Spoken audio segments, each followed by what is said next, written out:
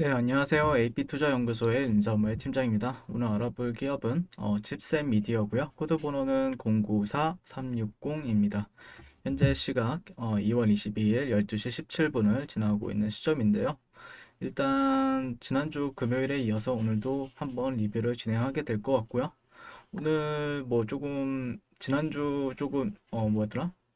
일봉상 끌어올려줬는데 약간 시장이랑 비슷한 흐름 보여주고 있어요. 예, 시장 그 코스닥 지수도 약세 흐름에 따라서 약간 이 종목도 코스닥이 반등해주면 같이 반등해주고 코스닥이 좀 떨어진다 싶으면 같이 조정을 보여주고는 있는데 근데 일단 뭐 최근에 이제 차량용 반도체 공급 부족 사태라든지 그런 M&A 이슈도 있었는데 조금 이거 요즘에 그게 조금 핵심 막 강하다라고 말하기엔 좀 무리가 있어도 약간 왜 지금 강하지 않을까? 뭐 최근에 보면 텍사스 정전 사태, 최근에 텍사스에 눈도 많이 내리고 그다음에 엄청난 추위 한파로 인해서 대규모 정전 그리고 수도 공급 중단 사태까지 벌어지면서 뭐 삼성전자의 공장이 멈춰졌다. 뭐 아니면 어떤 회사에 좀 정전 사태가 벌어지면서 가동을 멈췄다. 이런 이슈들이 있었는데 약간 그런 게 약간 그 우려감으로 작용을 하고 있지 않나라고 생각을 하고 있고요.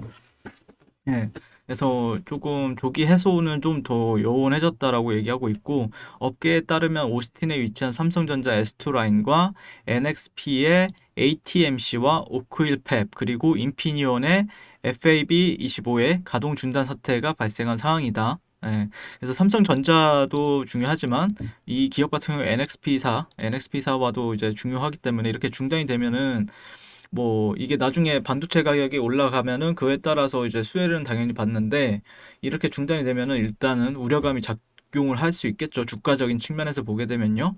예, 그래서 65나노부터 14나노까지 공정을 기반으로 SSD 컨트롤러, DDI, RF, CMOS, 이미지 센서 가전용 MCU 등을 생산을 하고 있는데 따라서 이번 가동 중단의 영향으로 최근 일부 공급 부족이 나타나고 있는 SSD 컨트롤러의 공급이 더욱 타이트해질 전망이다. 결국 SSD 가격도 점진적으로 상승하게 될 것으로 보인다라고 얘기를 하고 있죠. NXP는 오스틴 두 개의 팹이 자동차용 MCU를 생산하는 팹이라는 점에서 더욱 그 피해가 커질 수 있다. 현재 자동차용 반도체의 공급 차질이 가장 큰 원인이 바로 MCU이기 때문이다. 더군다나 자동차용 MCU 1위 기업인 르네사스도 주 생산 기설인 이바리 이바라키 팹이 2월 중순 후쿠시마 지진으로 인해 피해를 입은 상황이란 점에서 더욱 그러하다. 예. 이게 좀 재밌어요. 예, 산재로 인해서 지금 반도체들이 조금 약간 그니까 뉴스 좀 약간 뭐라 해야 되나? 좀 재밌다라고 느끼는 게 이게 동시다발적으로 일어났잖아요. 그러다 보니까 뭐 일본의 르네사스도 그렇고 그 다음에 미국에 있는 NXP사나 삼성전자도 그렇고 약간 어 이게 일부러 올리려고 하는 건지 저도 좀 잘 모르겠는데 아무튼 뭐 실질적으로 이게 조금 해소가 된다라고 하면 그 우려감이 해소가 된다라고 하면은 이게 주가적인 측면에서는 뭐 크게 나쁘게 작용할 거라고 생각은 안 들거든요. 그래서 정상적인 경우에 12에서 16주 내외였지만 최근 들어서는 26에서 38주 이상으로 길어진 것으로 파악되고 있는데 이 같은 생산 차질을 감안할 경우 50주 수준까지 길어져 향후 자동차 생산 차질이 기존 예상보다 장기화될 가능성을 배제할 수 없게 되었다. 업계에서는 오늘 6월 이후까지 차량용 반도체 부족 현상이 이어질 것으로 예상하고 있고 글로벌 1차 자동차용 모듈 부품 공급 업체인 보쉬, 컨티넨털, 덴소, 델파이, 그다음에 마렐리 등은 최근 MCU와 아날로그 IC 공급이 부족하다는 입장을 밝히고 있다. 네, MCU 업체들 같은 경우 일부 자체 팹을 통해 제품을 생산하고 있지만 나노급 첨단 제품의 경우 TSMC와 UMC 등을 통한 파운드리 위탁 생산을 맡기고 있는 상황이다. 참고로 지난해 TSMC 전체 매출에서 자동차용 칩이 차지하는 비중은 3.3% 수준인데 그만큼 TSMC에게 있어서 자동차용 반도체는 특별한 경우를 제외하면은 우선순위가 떨어질 수밖에 없는 분야다. 그쵸. TSMC가 맡고 있는 게 지금 뭐 실질적으로 애플의 핸드폰 칩이나 아니면은 뭐 최근에 VR이나 AR 칩 같은 경우도 개발한다라고 얘기가 나오고 있고 뭐 AMD AMD사의 칩도 개발 위탁 생산을 맡고 있죠. 그러다 보니까 어, 여기를 어떻게 헤쳐나갈 것인지는 좀 지켜봐야 되겠죠. 뉴스 플로우라든지 아니면 분위기를 좀 지켜봐야 될 것 같고, 개인적으로는 칩셋 미디어는 뭐 실질적으로 아직까지 뭐 큰 문제는 없다라는 관점이고, 60분봉을 본다라고 하면은 반등을 주면은 시장이 반등을 주면 같이 반등을 줘요. 네, 반등을 주고 트렌드적인 부분을 참고하고 있는 거는 아무래도 이제 이동이 되었죠. 이 정도의 트렌드를 좀 참고를 하고 있는데, 그러면은 만약에 주가가 뭐 시장이 내려간다라고 했을 때 이 종목도 같이 좀 내렸다가 다시 한 번 더 여기서 반등을 하면서 다시 한 번 더 고가를 높여주는 흐름을 보여줄 것이냐를 지금 보고 있죠. 예.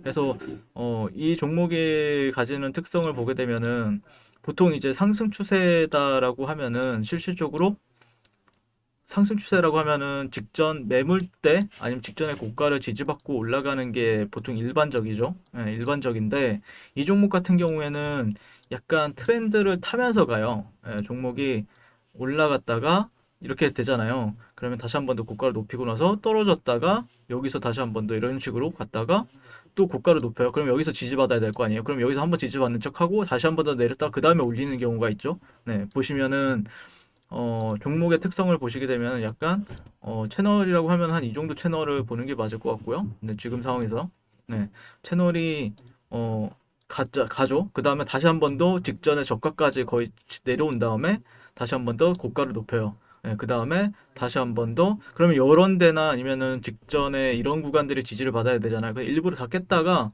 저항받다가 한번 저항받고 다시 한 번 더 돌파하고 약간 이렇게 그 다음에서 지지받고 다시 한 번 가는데 나중에 가면 또 이렇게 깬단 말이에요. 그러니까 약간 가지고 있는 사람 입장에서는 수익이 좀 크게 났다라고 하면은 더 들고 가봐야지 하는데 다시 본전 구간까지 또 내려와 버리고 다시 한 번 더 직전 여기에서 또 저항을 받고 그 다음에 다시 한번 그럼 여기 또 지지받아야 될 거 아니에요. 근데 그렇지 않는다는 거죠. 그러니까 약간 추세가 강한 편은 아니에요. 네, 말씀을 드리고 싶은 게 추세가 강한 편은 아닌데 근데 그렇다라고 해서 추세보다는 제가 보는 관점에서는 약간 패턴 강세예요. 패턴 강세.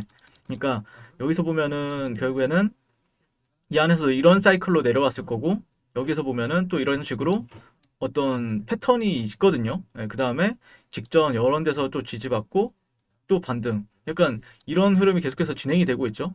진행이 되고 있다가 또다시 직전에 매물, 여기 이런 직전에 저가나 이런 구간까지 다 내려왔다가 여기서는 이런 식으로 그 다음에 또 반등을 줘요. 여기서는 쌍바닥이라고 인지해 볼 만하죠. 쌍바닥 인지해 볼 만한데 실제로 쌍바닥 인지하면 이렇게 가는 게 정상인데 아마 제가 보는 관점에서 다 일부러 깼다가 그 다음에 반등을 줄 것 같아요. 그래서 실질적으로 대응 약간 내가 트레이딩에 있어서 약간 좀 단순하게 보는 걸 좋아한다라고 하면은 조금 까다로운 종목은 맞죠. 이 종목을 공략하기 위해서는 상당히 까다로운 부분들이 많긴 합니다.